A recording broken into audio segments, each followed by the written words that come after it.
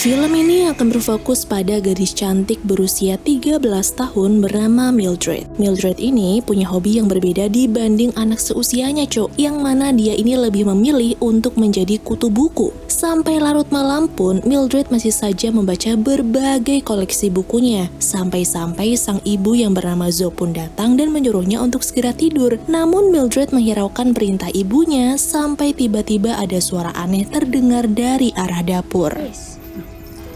It was served.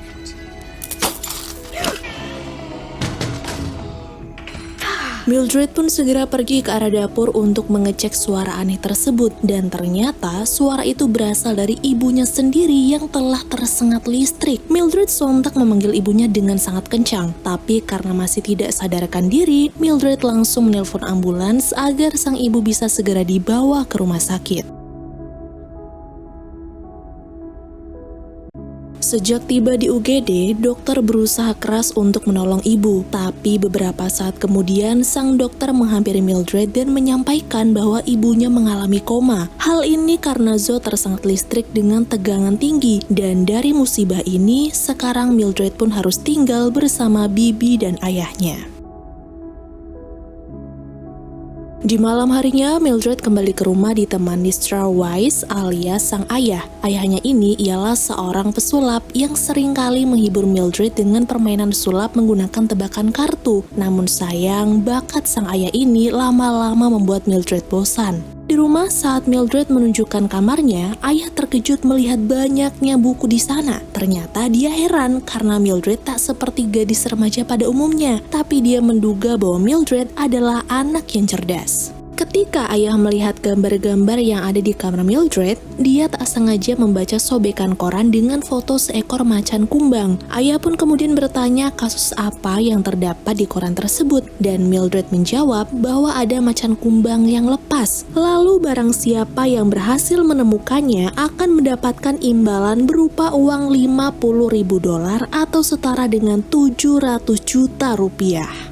Di sini Mildred juga sempat curhat kepada sang ayah mengenai kondisi ibunya sekarang, di mana pihak rumah sakit menyatakan bahwa Mildred membutuhkan biaya yang sangat banyak untuk membayar semua tagihan yang ada. Nah, dengan adanya berita di koran tersebut, ayah pun mengajak Mildred untuk bekerja sama, di mana mereka nantinya akan mencari macan kumbang yang telah lama menghilang itu demi mendapatkan hadiahnya.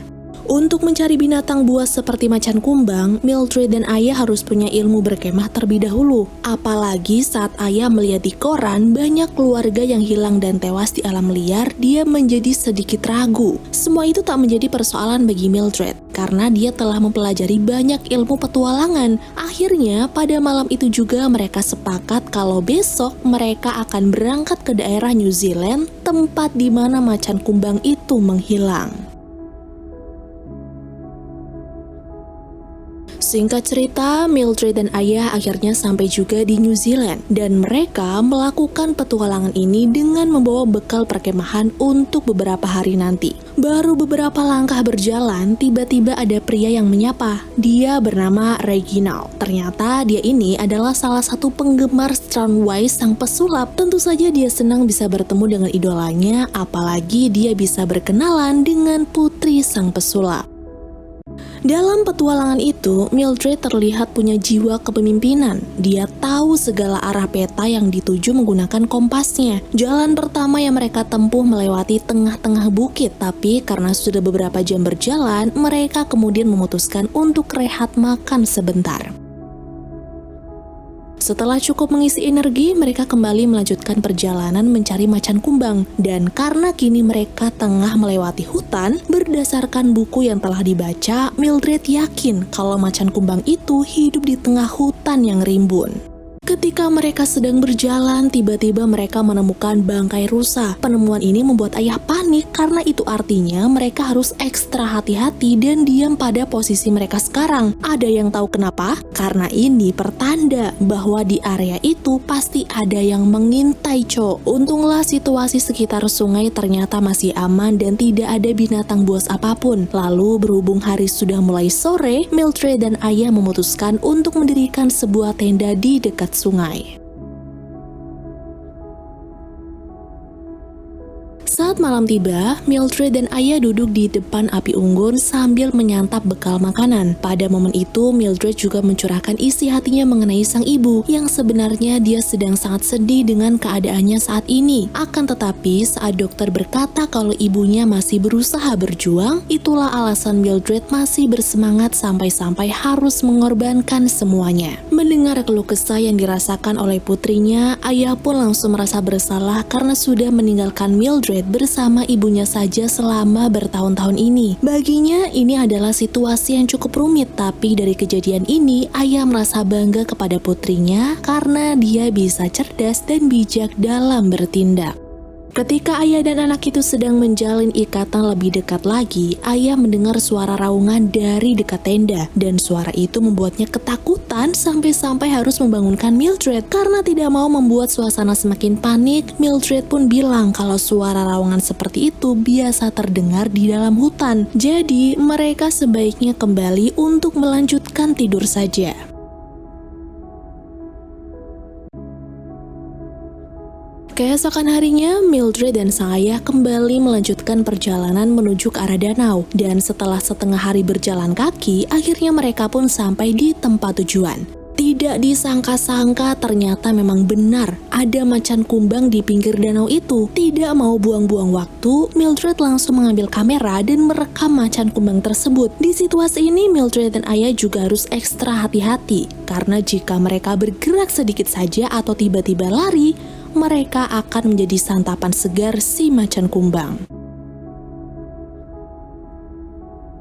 Ketika malam tiba, Mildred dan ayah kembali mendirikan tenda. Di depan api unggun, ayah bercerita mengenai perjalanannya selama ini menjadi seorang pesulap. Ternyata, untuk menjadi seorang pesulap tidak semudah seperti yang dibayangkan, dan dia sudah melewati semua fase pahit di hidupnya. Ketika awal mula berkarir, ayah sempat vakum dari dunia sulap karena dulu dia juga dianggap aneh dan semua pertunjukan sulapnya tidak ada yang menarik. Untungnya seiring berjalannya waktu, ayah mulai berdamai dengan keadaannya itu. Dia tetap melanjutkan pekerjaannya dengan senang hati, walaupun pendapatan pentas sulap tidak seberapa nilainya. Setelah mendengarkan kisah hidup sang ayah, Mildred mulai akrab dan tak merasa canggung lagi nih dengan ayahnya itu. Lalu saat pagi tiba, mereka juga kembali melanjutkan petualangan bersama dengan wajah yang gembira.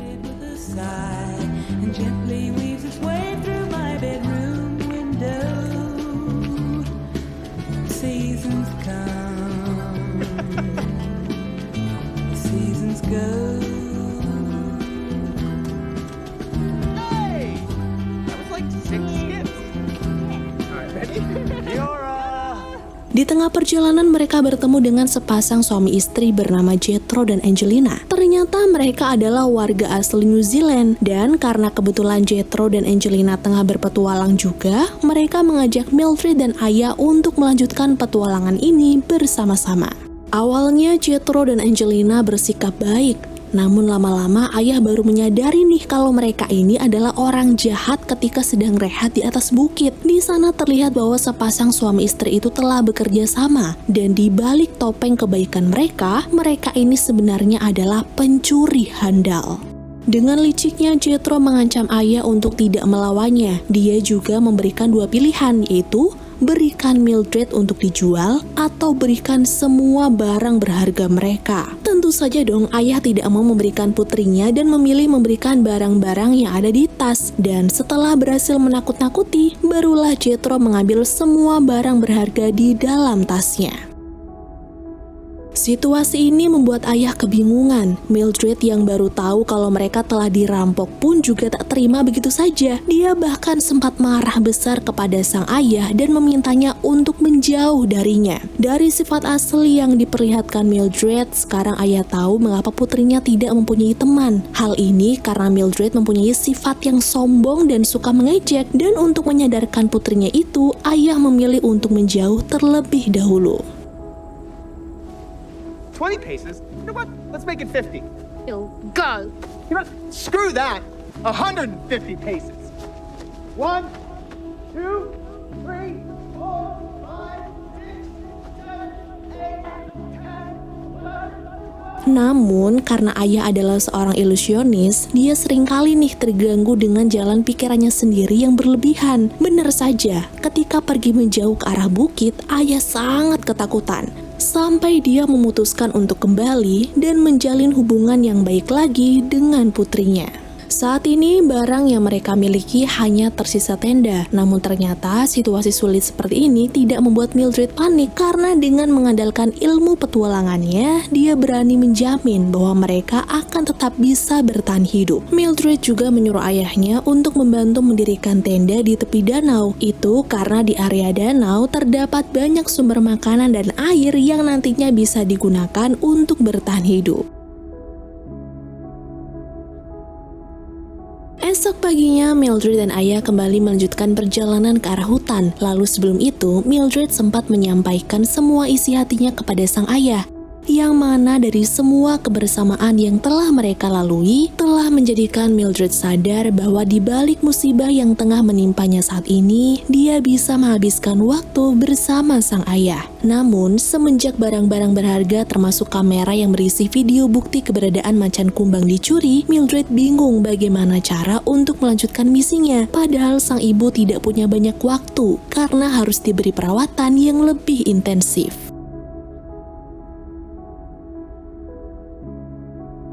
Namun di hari berikutnya, semua keluh kesah yang dirasakan mulai terjawab nih, yang mana Mildred dan ayah menemukan tenda milik dua perampok kemarin. Melihat dua perampok itu sedang bertengkar di dalam tenda, kesempatan ini pun langsung Mildred gunakan untuk merebut kameranya kembali. Mildred kemudian pergi menyelinap masuk ke tenda saat dua perampok itu tertidur. Dengan sangat hati-hati, dia mengambil tas perampok dan setelah berhasil mendapatkannya, Mildred menutup kembali resleting tenda dan merusak bagian ujungnya agar tidak bisa dibuka. And maximum stealth. Go, go, go. Wait. No. Jesus.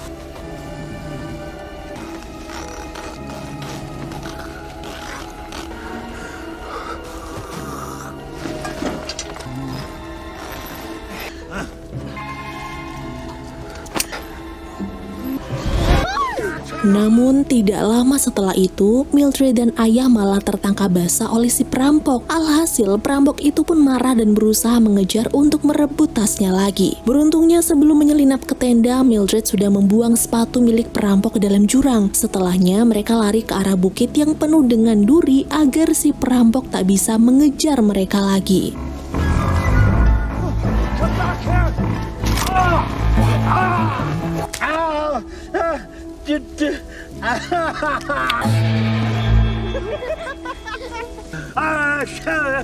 Namun usai mendapatkan kamera, Mildred tak sengaja membuat kesalahan nih. Ternyata jalur bukit yang dia lalui mengarah ke tepi jurang. Bahkan di sana Mildred dan ayah bertemu dengan macan kumbang. Dari gelagat si macan terlihat jelas kalau dia sedang kelaparan. Lalu karena di sana terdapat tali tambang yang menghubungkan dua bukit, sebelum si macan semakin mendekat dan menerkam mereka, tak ada pilihan lain selain melewati tambang tersebut. Momen menegangkan pun terjadi ketika Mildred dan ayah mulai bergelantungan di tali, di mana si macan kumbang berusaha menggigit talinya.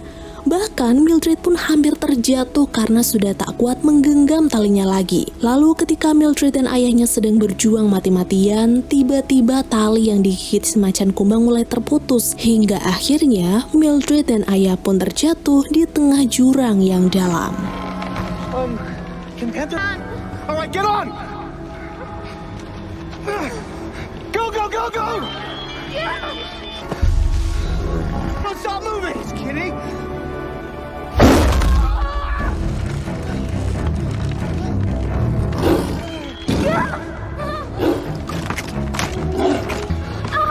Oh, my hand's dead. I can't help.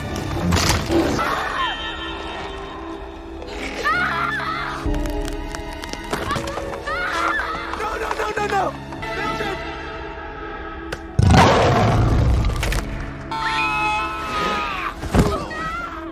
Usai terjatuh dari tebing, ayah akhirnya tersadar dan melihat putrinya telah tertimpa batang pohon besar. Di sini ayah panik dan bingung karena ia tidak mungkin untuk mengangkat batang kayunya. Sebab jika ada gerakan sedikit saja, kaki Mildred akan merasakan sakit yang sangat hebat. Tapi karena tak bisa membiarkan hal ini begitu saja, sebelum mengangkat batang kayunya, Mildred menyuruh sang ayah untuk mencari jamur penghilang rasa sakit terlebih dahulu di dalam hutan. Singkatnya, setelah berhasil menemukan beberapa jamur, ayah langsung menyuapkannya kepada Mildred. Dan untunglah semua usahanya tidak sia-sia, Cok, karena jamur tersebut berhasil membuat rasa sakit Mildred menghilang. Dari kejadian itu, ayah panik karena memikirkan keselamatan putrinya. Tapi dia tak henti-hentinya percaya akan sebuah keajaiban. Sejak saat itu pula, Mildred pun sadar dan mengakui kesalahannya. Bahkan sekarang dia sudah memanggil Strawn dengan sebutan ayah. Saat reaksi obat pada jamur sudah sepenuhnya bekerja, saatnya ayah untuk mengangkat batang kayunya. Namun, karena batang itu terlalu besar dan berat, Mildred menyarankan sang ayah untuk menggunakan trik sulap saja agar bisa mengangkatnya dengan mudah. Usai mendengar saran dari anaknya itu, ayah sempat ragu nih dengan bakat sulapnya itu, karena selama ini dia sendiri telah dikucilkan dan dihina karena bekerja sebagai pesulap. Untungnya di momen yang mendesak itu, Mildred mampu meyakinkan sang ayah dengan berkata bahwa sebenarnya ayah adalah pesulap yang hebat. Hingga akhirnya ayah langsung menggunakan pikiran ilusionisnya sampai berhasil mengangkat kayu besar itu dengan mudah. Hari terakhir di New Zealand, Mildred dan ayah merasa bangga sudah berhasil melewati banyaknya rintangan. Dan karena saat itu keadaan Mildred semakin parah, ayah bergegas membawanya ke mobil untuk segera dilarikan ke rumah sakit. Namun di tengah perjalanan pulang, ayah membuat kesalahan besar. Awalnya dia ingin mengambil handphone untuk mengabadikan momen terakhir petualangan mereka. Tapi nasib berkata lain, Cuk. Ketika ayah melihat ke depan, macan kumbang tiba-tiba menghadang. Dan hal tersebut spontan membuat ayah langsung banting setir hingga mobil yang dinaikinya mengalami kecelakaan.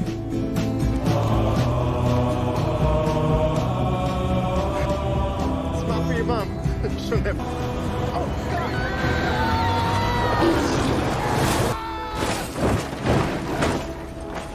Beruntungnya, Mildred dan ayah masih diberi keselamatan dari kecelakaan maut itu. Dan kini mereka dirawat di rumah sakit bersama Zoe yang tengah koma. Beruntungnya lagi, video terakhir yang diambil ayah di dalam mobil tak berakhir sia-sia. Dan dengan bukti rekaman macan kumbang di dalam video itu, Mildred berhasil memenangkan hadiah sebesar $50.000. Dan film pun selesai.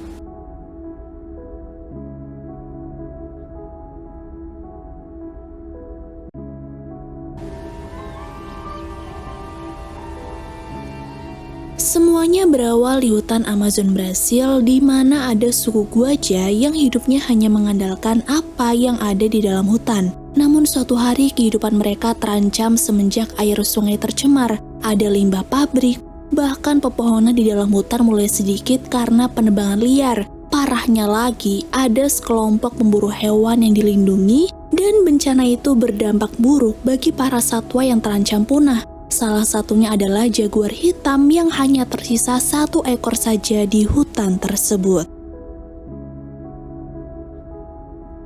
Scene kemudian beralih kepada wanita bernama Elia, dan dia adalah bos kelompok pemburu hewan langka di hutan Amazon. Saat itu Elia sedang mengumpulkan semua anak buahnya untuk memburu jaguar hitam. Dia bahkan rela membayar orang dengan harga yang fantastis agar misi perburuannya kali ini bisa berhasil. Namun karena hal ini sudah diketahui oleh kepala suku Guaja, dia pun mengirimkan surat ke salah satu rekannya di kota bernama Saul Edison. Beliau ini adalah duda anak satu, Cok, yang berprofesi sebagai dokter yang kebetulan sedang ada proyek meneliti di hutan Amazon. Sedikit info nih, istrinya meninggal dunia baru-baru ini saat sedang meneliti hutan Amazon. Jasadnya dimakamkan di pedalaman sana, dan itulah mengapa Saul bisa akrab dengan suku Guaja. Sebenarnya, Saul dan Atom yang tak lain adalah putrinya ini sudah lama tinggal di pedalaman suku Guaja sejak 8 tahun yang lalu. Saat itu, Atom masih kecil dan setiap hari diasuh oleh ibunya, sementara sang ayah bertugas meneliti hutan Amazon. Selama tinggal di desa Guaja, Atom dan ibunya juga membantu kehidupan di sana dan mengawasi hewan-hewan.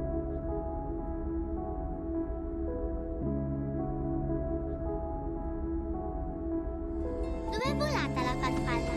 Tanto vedrai che ti troverò. Non devi avere paura. Suatu pagi pada waktu itu, Atom yang sedang menelusuri hutan terkejut mendengar suara senapan yang sangat kencang. Dan di waktu yang bersamaan pula, ia melihat seekor jaguar hitam terperangkap di dekat sungai. Karena kasihan, Atom pun langsung menghampiri jaguar tersebut untuk menyelamatkannya. Tapi karena posisi si jaguar mepet dengan tepi sungai, ketika Atom akan menariknya, tiba-tiba batang pohon yang diinjaknya malah terbawa arus sungai. Pada momen yang menegangkan ini, untunglah Atom tidak panik sama sekali. Dia tetap tenang duduk di batang pohon yang mengapung itu bersama si jaguar. Di sepanjang perjalanan menyusuri sungai, Atom malah terlihat senang karena bisa melihat hewan-hewan langka yang belum pernah dia lihat sebelumnya. Hingga sesaat kemudian, Atom akhirnya sampai di ujung sungai dan dia langsung turun sambil membawa jaguar bersamanya. Tidak terasa hari sudah mulai malam dan hingga saat itu Atom masih berada di dalam hutan. Mereka tersesat di dalam hutan yang gelap dan tidak tahu sama sekali arah jalan pulang ke desa Guaja. Nah, karena tak kunjung kembali, hilangnya Atom pun dilaporkan ke tim penjaga hutan. Lalu setelah beberapa jam menyusuri hutan, akhirnya mereka berhasil menemukan Atom yang sedang menangis. Melihat putrinya sangat ketakutan, Saul pun langsung menggendongnya dan merasa kalau kejadian ini ada sangkut pautnya dengan suara senapan yang terdengar di dalam hutan tadi. Dia menduga bahwa ada sekelompok pemburu yang masuk ke wilayah hutan demi memburu hewan-hewan yang dilindungi seperti jaguar hitam.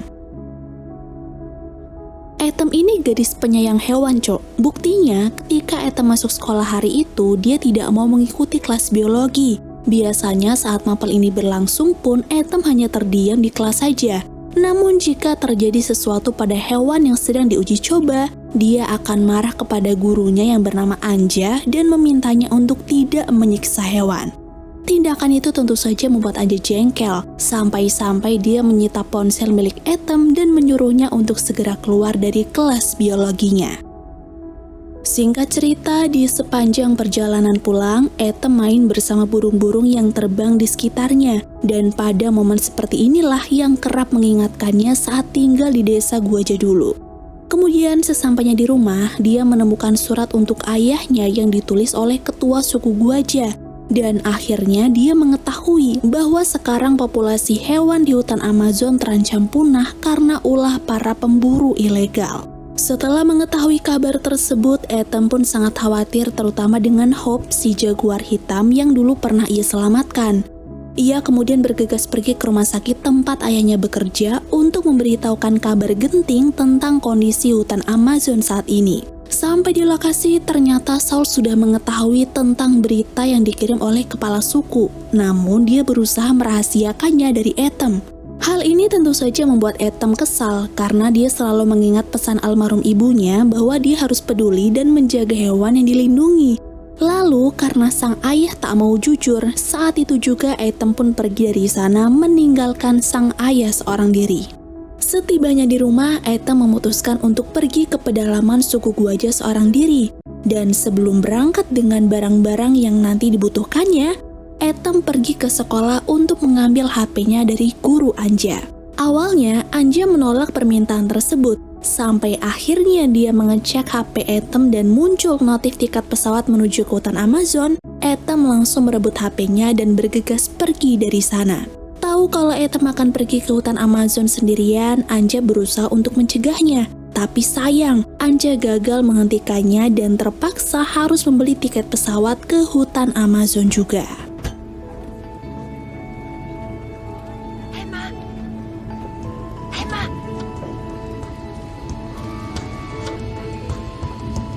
Signora.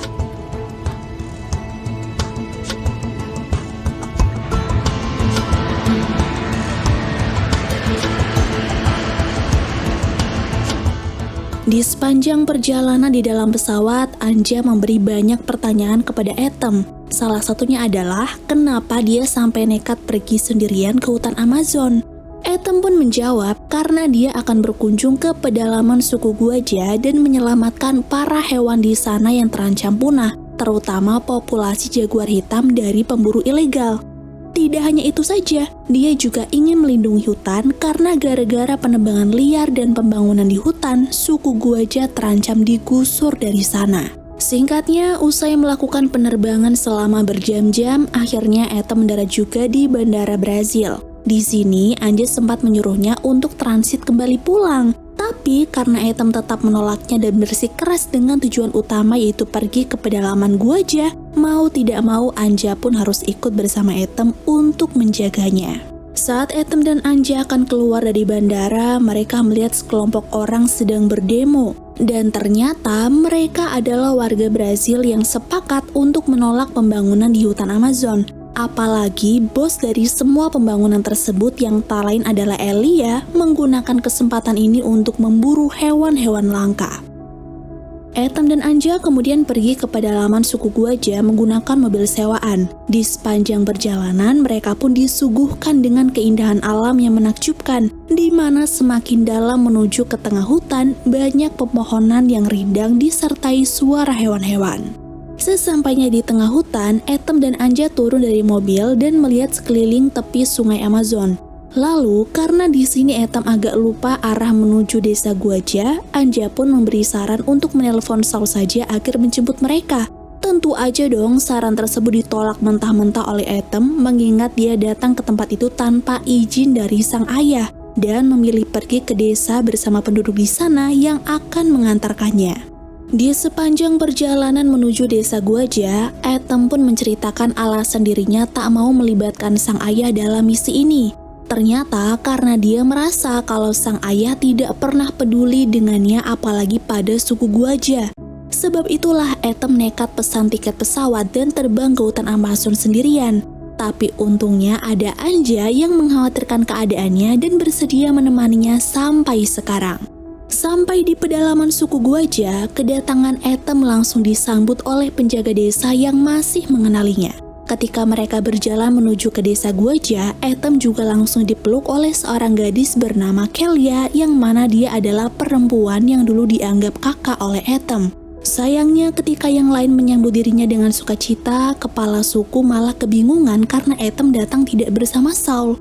Dan di sini Ethan berusaha menjelaskan bahwa dirinya telah kabur dari rumah dan datang ke hutan Amazon hanya dengan Anja demi menyelamatkan semua satwa yang terancam punah. Ethan kemudian berbincang dengan kepala suku. Dia menjelaskan tujuan utamanya datang adalah untuk mencari Hope alias jaguar hitam dan berencana membawa Hope dan hewan langka lainnya ke tempat yang paling aman di hutan Amazon. Nah, mendengar penjelasan itu, akhirnya kepala suku pun mengizinkan Ethan dan Anja untuk menetap di desa sampai tujuannya itu tercapai. Usai mendapatkan izin dari ketua suku, Ethan dan Kelia pun berbincang mengingat masa kecil mereka dulu. Tapi di tengah perbincangan itu, tiba-tiba seekor jaguar hitam besar menyerang Ethan dari arah belakang sampai lengannya terluka cukup parah terkena cakarannya. Di sini mereka pun langsung menduga bahwa jaguar hitam itu adalah Hope. Dan karena luka Ethan semakin parah, Kelia pun segera membawanya ke desa agar bisa diobati. Di desa, Anja pun syok melihat Ethan sudah terluka parah. Untungnya, kepala suku bertindak cepat dan meyakinkan Anja bahwa luka Ethan ini pasti bisa sembuh. Setelah mengobatinya, kepala suku mengajak Anja berbincang mengenai ayah Ethan yang enggan membantu dalam misi ini. Sebenarnya, Saul tidak mau kalau populasi di hutan Amazon punah. Namun ia juga merasa kalau dia dan putrinya ikut serta dalam misi ini, pasti nyawa mereka dalam bahaya karena telah menjadi penghalang dalam pembangunan.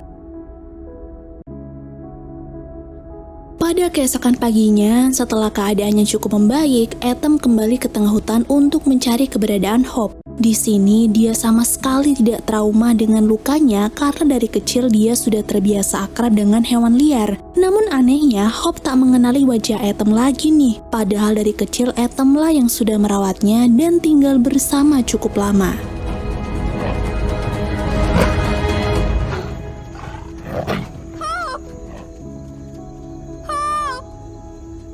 Sementara itu di sisi yang lain, tamu asing datang ke desa Gwaja yang mana dia adalah anak buah Elia. Ternyata dia datang untuk mengajak suku asli Gwaja agar mau menjadi kuli pembangunan bendungan di hutan Amazon. Tapi nyatanya mereka tidak hanya mengajak, tapi mengancam warga desa hingga membuat kepala suku semakin marah dan harus segera bertindak. Hari itu juga kepala suku dan yang lain pun pergi ke perbatasan desa dan memutuskan untuk mengantar Etem kembali ke tempat asalnya. Semua ini dilakukan karena ketua suku tidak mau mengorbankan nyawa Etem hanya demi membela suku Gwaja serta satwa di hutan. Untungnya kepergian Etem ini diikuti oleh Hop secara diam-diam, sampai akhirnya Etem mengetahui keberadaan si jaguar dan memutuskan untuk mengejarnya lagi. Mengingat kejadian saat Hop menyerang Etem sebelumnya, ternyata hal itu disebabkan oleh insting seekor jaguar untuk bertahan hidup di alam liar. Contohnya dengan melawan makhluk asing yang lain. Beruntungnya insting tersebut tak bertahan lama nih, dan sekarang Hop pun mulai bersikap jinak dan manja lagi kepada Etem seperti dulu. Addio, fate buon viaggio. Nicky, anche se in verità non ho mai giocato a calcio. Emma, abbiamo un'emergenza! Accidenti! Abbiamo fermi il camion!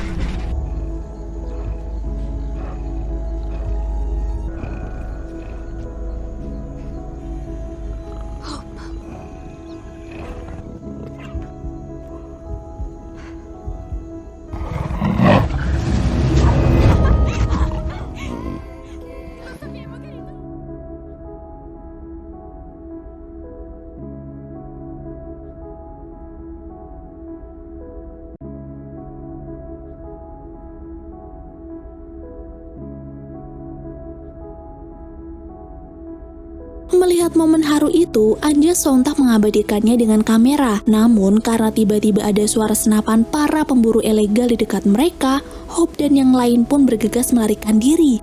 Bahkan dengan insting yang Hop punya, dia bisa bertahan hidup dari serangan, bahkan berhasil menyelamatkan Etem dan juga Anja.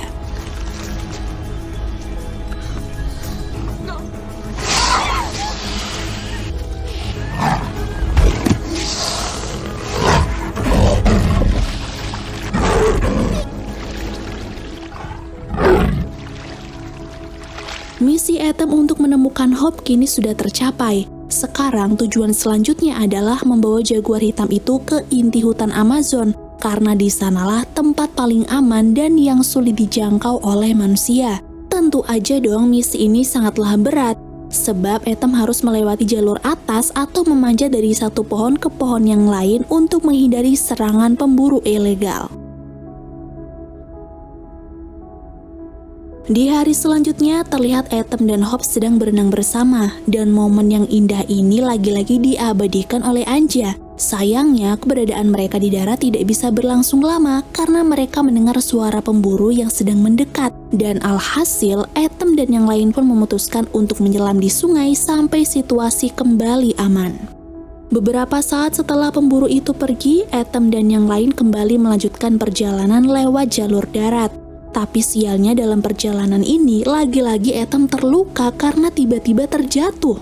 Kejadian ini membuat Anja khawatir dan langsung mencarikan daun penawar rasa sakit untuk Etem. Tapi dari semua tragedi ini pula, berhasil membuat Etem dan Anja semakin akrab dan saling pengertian satu sama lain.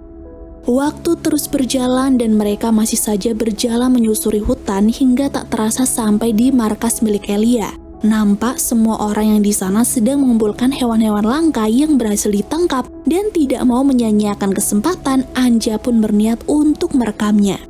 Di waktu itu juga Etem akhirnya melihat Kelia berada di sana bersama para pemburu, dan hal ini pun membuat dia kaget sampai keberadaannya dipergoki oleh mereka. Lalu melihat Etem bersama dengan jaguar hitam incarannya, Elia langsung menyuruh anak buahnya untuk mengejar dan menembaknya.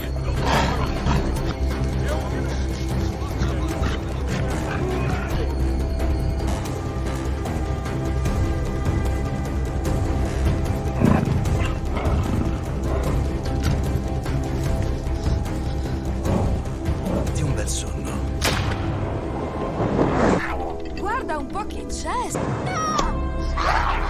Prendi la ragazza, Dalam pengejaran ini, anak buah Elia berhasil menangkap mereka kecuali Anja, karena Anja sendiri bergegas pergi dari tempat tersebut untuk mencari bantuan setelah mendapatkan bukti rekaman yang diambil. Untunglah saat keluar dari dalam hutan, Anja bertemu dengan wanita yang membawa kendaraan. Jadi dia meminta izin untuk menumpang dan diantarkan ke desa Guaja. Sampai di desa Guaja, Anja langsung melaporkan tindakan pemburu-pemburu yang kejam itu kepada kepala suku dan juga menunjukkan bukti video di mana Ethem dan Hope yang telah tertangkap. Sementara itu di waktu yang sama, Elia beserta anak buahnya berhasil kabur menuju ke peternakan jual beli hewan langka. Hal ini pun langsung diketahui oleh Anja serta penduduk Guaja. Dan pada situasi genting ini, Anja akhirnya nekat pergi ke salah satu stasiun berita untuk menunjukkan bukti rekaman pemburu hewan ilegal itu. Berkat berita di televisi mengenai pemburu ilegal yang telah disampaikan oleh Anja, kini masyarakat antusias untuk menyelamatkan Ethem dan Hope dari para pemburu itu. Di sisi yang lain, penduduk suku Guaja juga telah sampai di perbatasan hutan. Mereka berhasil mencegat para pemburu sebelum keluar dari hutan itu. Sesaat kemudian, Elia beserta anak buahnya keluar dari mobil dan tentu saja mereka panik karena penduduk lokal dan suku Guaja berhasil mengepung dan siap menangkap mereka. Usai berusaha semaksimal mungkin, sekarang Elia dan anak buahnya pun ditangkap dan akan ditindaklanjuti mengenai kasus perburuan hewan langka ilegal. Di momen ini, Ethem dan yang lain pun bahagia karena semua perjuangan yang dilakukan tidak berakhir sia-sia. Mereka telah berhasil menggagalkan pembangunan di hutan Amazon dan melindungi satwa liar yang ada di dalamnya. Serta dengan ini pula, kehidupan suku Guaja akan berjalan dengan normal dan semua hewan bisa hidup bebas di alam habitatnya dengan aman. Dan film pun berakhir.